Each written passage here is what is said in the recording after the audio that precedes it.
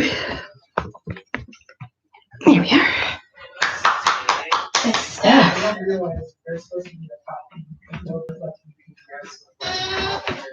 All right. There we go. Athena. Athena doesn't want to join us tonight. All right. Actually, she's stuck in the room. No, she's not. Okay. All right. So tonight our reading choices are Emerson and the Big Soccer Tryouts, Mrs. Wow Never Wants a Cow, and Jesus on Trial. And this will be the last book in our series of the life of Jesus. So that's exciting. So, Mr. Let's see. Which one do you want to read? Emerson? Good choice. Good choice. All right. Emerson and the Big Soccer Tryouts. Okay. After a long journey, the trailer lumbered to a stop. Emerson the elephant woke from a delightful dream about coconuts. He was here. Emerson looked out onto a wide plain that looked a lot like his old home, except the people here were louder. They all pointed and stared. Hadn't they ever seen an elephant? They must be pointing at my long nose, said Emerson, or my huge feet, or maybe my floppy ears. I was so embarrassed.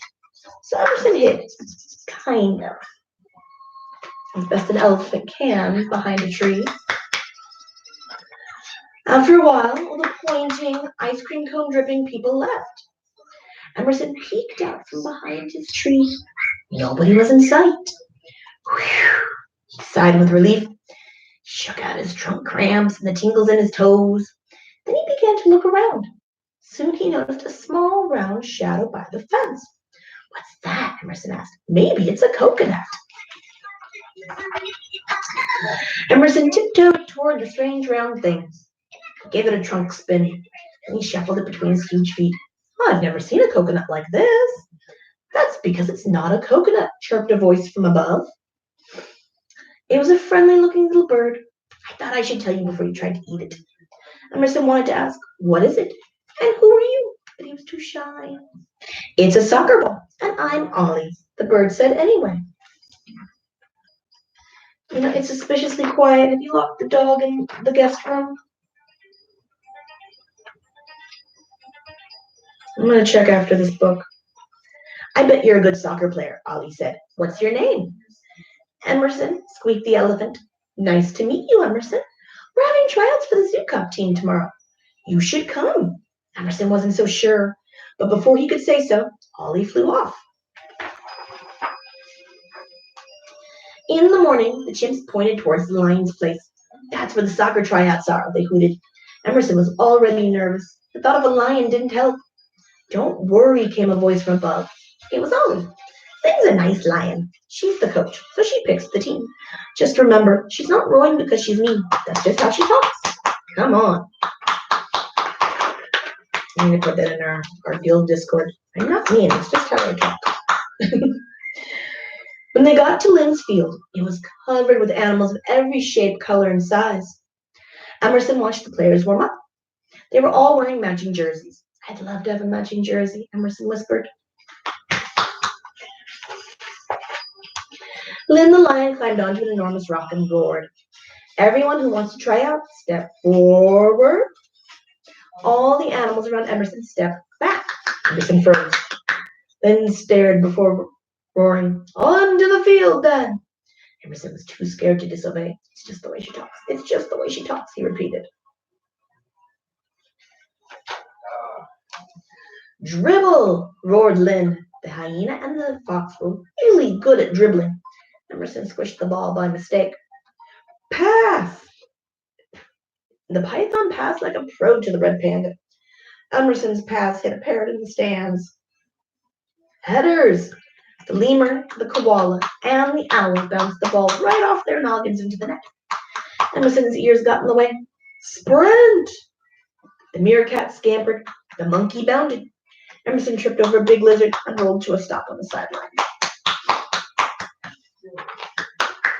I'm no good, Emerson thought. No good at all. Then looked down into the crowd. We need a goalie for our last drill. Who will volunteer? And before Emerson knew what was happening, he had volunteered. Thanks, Emerson, roared Lynn. Get out here. Emerson trembled. He stepped in front of the net with his eyes squeezed shut. Then he waited, but nothing was happening. Emerson blinked one eye open. Bam! Emerson blocked a flying soccer ball with one spring of the trunk. That was lucky, he thought, but luck had nothing to do with it. Nothing got by Emerson's long nose. Nothing got by his big feet. Nothing got by his floppy ears. Nothing got by Emerson. I'm a goalie, trumpeted Emerson. You're a goalie, chirped Ollie. You're our goalie, roared Lynn. Oh, sweet boy.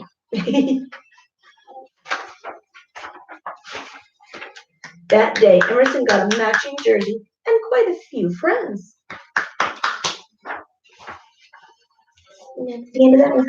I'm going to check the guest room because I have a sneaking suspicion that there is a puppy locked in there. 1 second.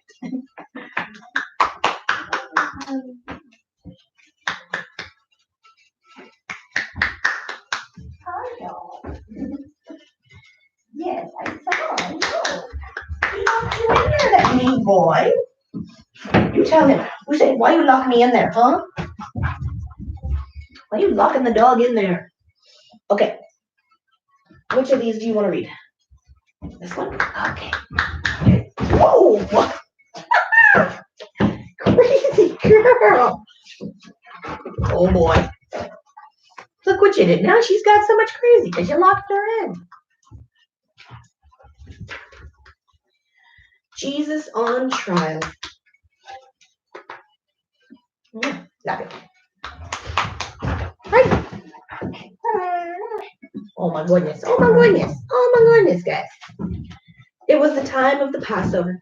Jesus told the disciples that they were going to Jerusalem for the feast. Okay, okay. Maybe I should have left her in there. I feel like this was a poor choice on my part. Okay. I'll block her. I'll block her. Yeah. Yeah. Lay down. Yeah. Good girl. Good girl. You're okay. You're okay. I got you. I got both of you. Athena. Calm down. I know. I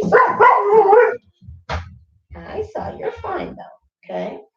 You deserve it a little bit for locking her in the bedroom. It's not a nice thing to do. And you're lucky because when you used to do that to Aurora, she would dig out of the room and mess up the carpet. Athena doesn't do that. So you're lucky she's very nice like that.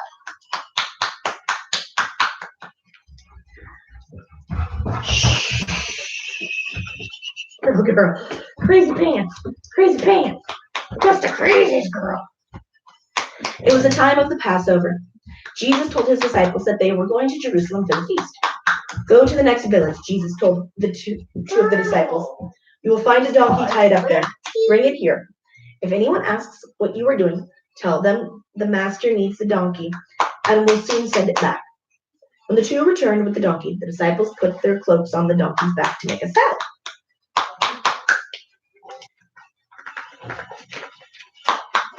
News that Jesus was coming spread through Jerusalem like wildfire. People rushed out to see him. Some threw their cloaks on the ground in front of the donkey. Others threw flowers and palm branches. Everyone cheered and cheered. It's the Son of David! It's the King! The cry went up. Only the priests did not join in. Tell your followers to be quiet, they ordered Jesus. It won't make any difference, replied Jesus calmly. Even if the people did not cheer, the stones on the ground would. Silly girl. Silly girl. The next morning, Jesus went to the temple to pray. He was horrified to find that the outer courtyard looked more like a market than a holy place. It was packed with stalls, animals, moneylenders, traders, and shoppers. The noise was terrific. Jesus became angry. He marched up and down, overturning tables and driving the animals and people away. God said the temple should be a place where people come to pray, he cried. You've turned it into a den of thieves.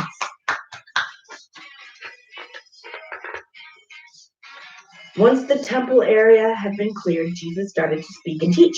Crowds of sick people gathered, hoping to be cured. Jesus healed them all. The priests were furious. They were jealous that Jesus was so popular. They did not like the way he criticized them. They began to plot to get rid of him. But they were too afraid to arrest Jesus, as he always seemed to be surrounded by huge crowds. The priests were delighted when one of the disciples came forward with a secret plan to help them. At first, Judas Iscariot, I think. I never know how to properly pronounce that. Had been glad to be one of the disciples, but he had begun to realize that Jesus was not the type of king to reward his followers with money and power. Judas became more and more bitter. What's that? Sauce. Oh, did you get a nice piece of foil? Where'd you find that?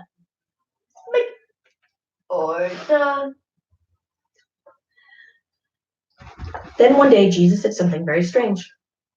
I will soon be arrested and put to death, he told the horrified disciples. Judas realized that if this were true, he would never be rich and important. So that night, while the disciples were eating their evening meal, Judas slipped quietly away and spoke to the chief priests. If you pay me well, he said, I'll help you find Jesus on his own, so you can arrest him. The priests were delighted and offered Judas 30 silver coins. He accepted. But I want to be paid in advance, he whispered. So Judas was creeping through the streets with a fat purse tied to his belt.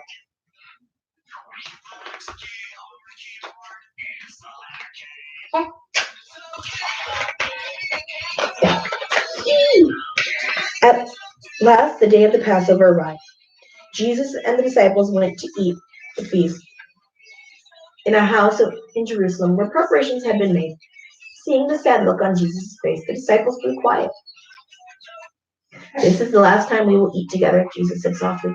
One of you will soon give me away to my enemies. It's not me, they each protested indignantly. Only Judas kept quiet. Who's the traitor? The disciples asked. Jesus refused to tell them. And the disciples were too busy arguing with each other to notice Judas slipping away.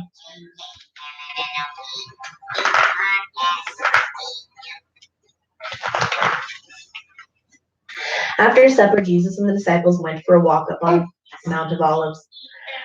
At last, they reached the quiet gardens of Gethsemane. Sit here and rest, Jesus told the disciples. I am going further on to pray. Peter, James, and John went with Jesus to keep him company. But while Jesus prayed, they fell asleep. A little later, the sound of Jesus' voice stirred them. Wake up, they heard Jesus say. Here come my enemies. The disciples saw some of the high priest's guards and an angry mob approaching. They were led by Judas. Judas walked straight up to Jesus and kissed him on the cheek. This was the signal the guards had been waiting for. They rushed forward and seized Jesus as if he were a common criminal.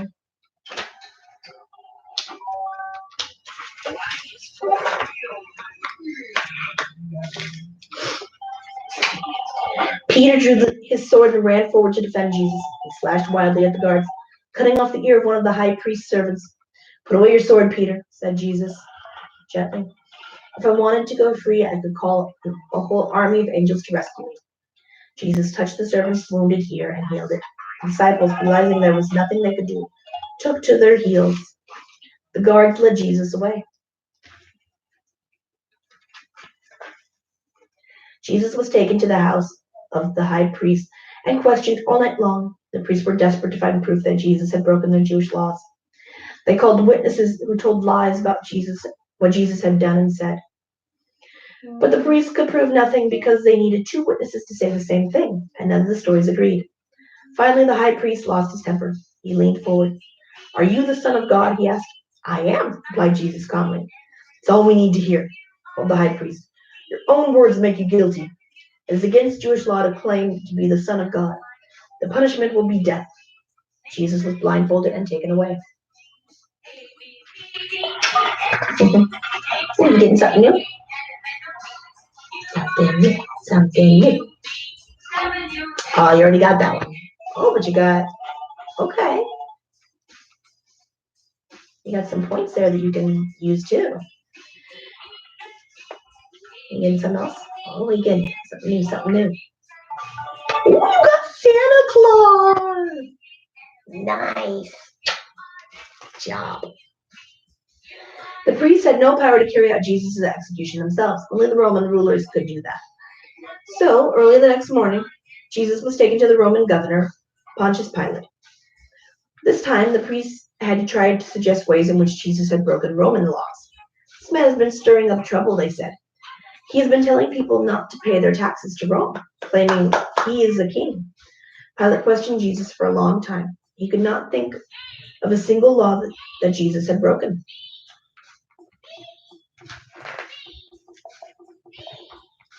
But Pilate was worried about letting Jesus go free. He knew that the priest supporters might start a riot if they heard that Jesus had been released. So when Pilate realized that Jesus came from Galilee, he sent him to be questioned by King Herod, who ruled that region.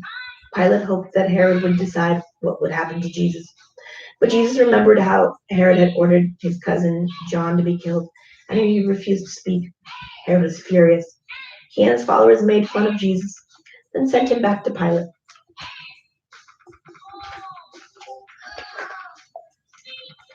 Pilate spoke to the crowd who had gathered outside his palace. Jesus has done nothing wrong, he announced, but his voice was drowned by shouts of "Crucify him! Crucify him!" Pilate tried another plan. "I only set one prisoner free at Passover," he shouted. "This year let it be Jesus." But the crowd roared louder still, "Kill him! Kill him! Set Barnabas free instead." Barabbas was a terrorist. Pilate did not want to set him free, but didn't want the crowd to get any angrier. So Pilate sent for a basin of water and washed his hands in front of the crowd. "I wash my hands of this matter," he announced. "You must take responsibility for what I am about to do. I will let Barnabas go and order Jesus to be put to death." That's it. I gotta believe there's a, oh, no? Those are books from, we already read. There's gotta be one more for his crucifixion. Let me see real quick. Because, oh yeah. Derp derp. So this isn't the last one. I'm so silly. Okay, so there's the first Easter. That one we'll read tomorrow. Okay, cool. I was gonna say that's a weird place for the thing to end. Yeah, okay, good. I just hadn't pulled it out.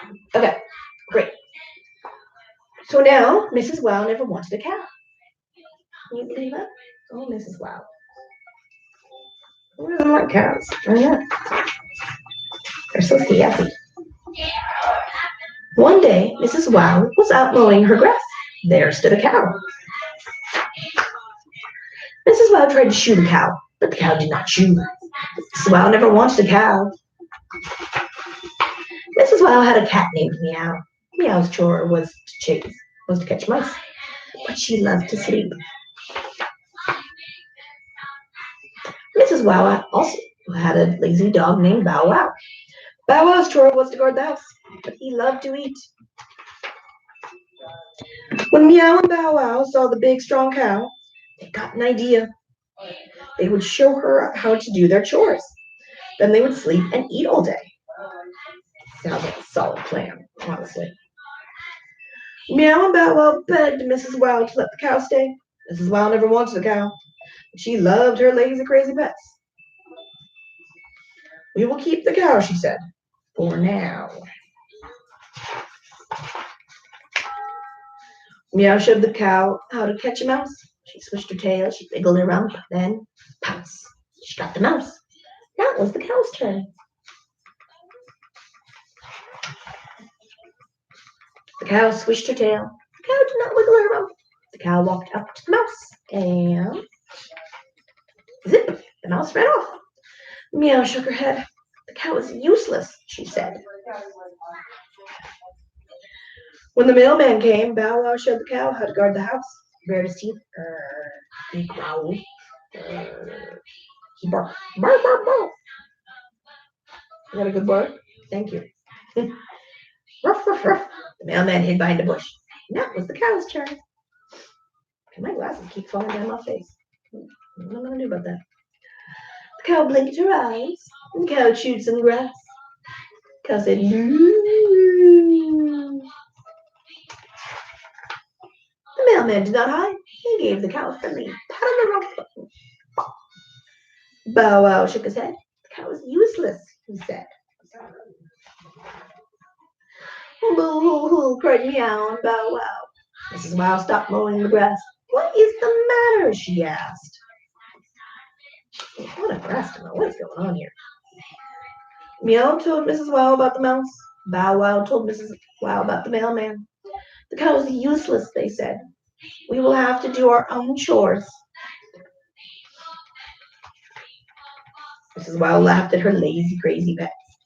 Don't you know a cow can only do two things, Mrs. Wow? Said Mrs. Wow. Cows eat grass and cows give milk. Mrs. Wow got an idea. This cow is useful, she said. She gave the cow a friendly pat on the rump. Now Mrs. Wow has two new chores. She milks the cow. She makes ice cream from the milk, but Mrs. Wow does not mind.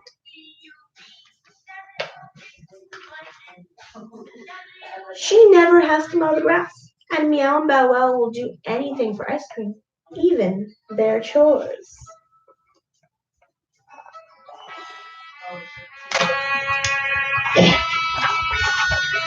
Every day, Mrs. Wow gives the cow a friendly pat on the rump.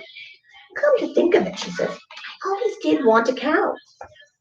It's hard to do with one hand. And that's it. All right.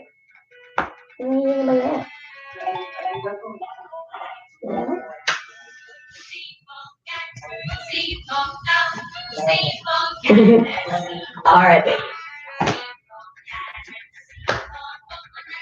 What are you doing here? You playing as Santa in The Nightmare Before Christmas? Good choice. Solid choice. All right. You were nice and calm tonight. I like that.